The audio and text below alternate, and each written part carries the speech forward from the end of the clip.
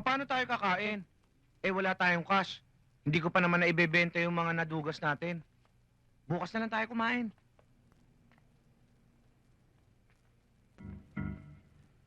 Oops. Problema natin, di ba, Cash? Oo, Palagay ko, solve na. paano? Nakikita niyo ba yon? Nasaan naman ang cash dyan? Palagay ko, hit and run yan. Kinakaladkad nung kapatid para dalhin sa ospital. Pag natulungan natin sila, nadala natin sa ospital at nabuhay, siguradong may reward tayo. Cash. At nakagawa pa tayo ng kabutihan. At higit sa lahat, may pangkain na tayo. Di ba? Alin?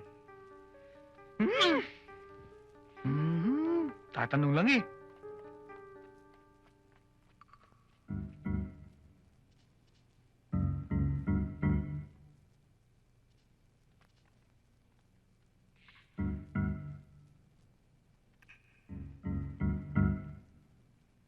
Di na yata humihinga. Kaya ko yan.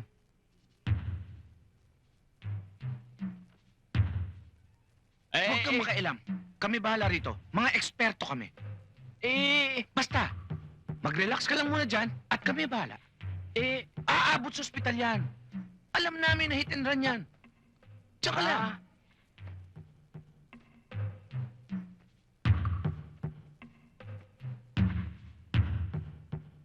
Wala pa rin.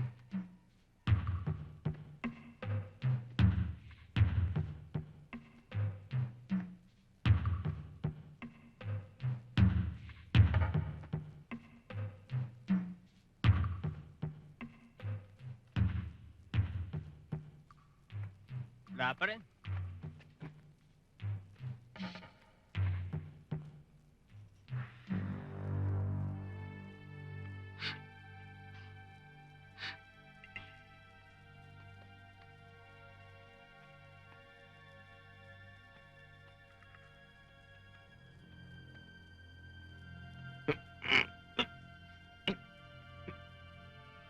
Matigas na pa nga. Sumobra yata, ihip mo eh. I-revive ko nga eh. Huwag na nga kayo magdiskusyon. Pareho naman kayo walang alam eh. Huwag kang makailam. Ako ang bahala dito. Ako naman ha.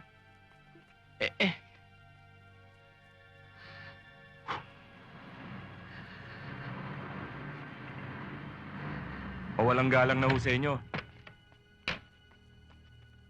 O, dalhin nyo na ito. Bakit ho? Teka. Saan nyo dadalhin yan? Oo nga. Kasi, nung malubak ang sasakyan namin, nahulog siya. Nire-revive nga namin eh. Ba't nyo kukunin? Saan niyo ba dadalhin? Sa punerarya, para imbalsamuhin. Pasensya na kayo. Sige ho.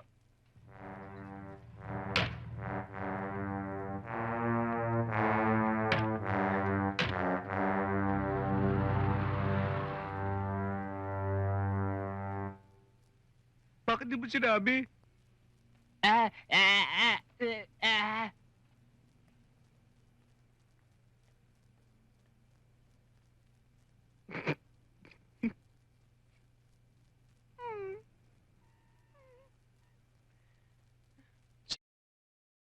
The dead.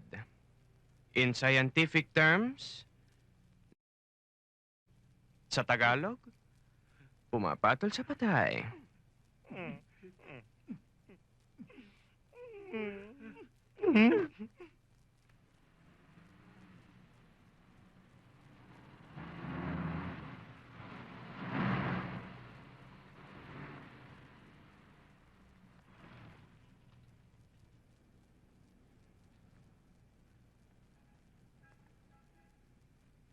Hi, magpapabuenas ka ba? Depende. Kung magkakasundo tayo. Bakit hindi? Sakay. Girls, tayo na.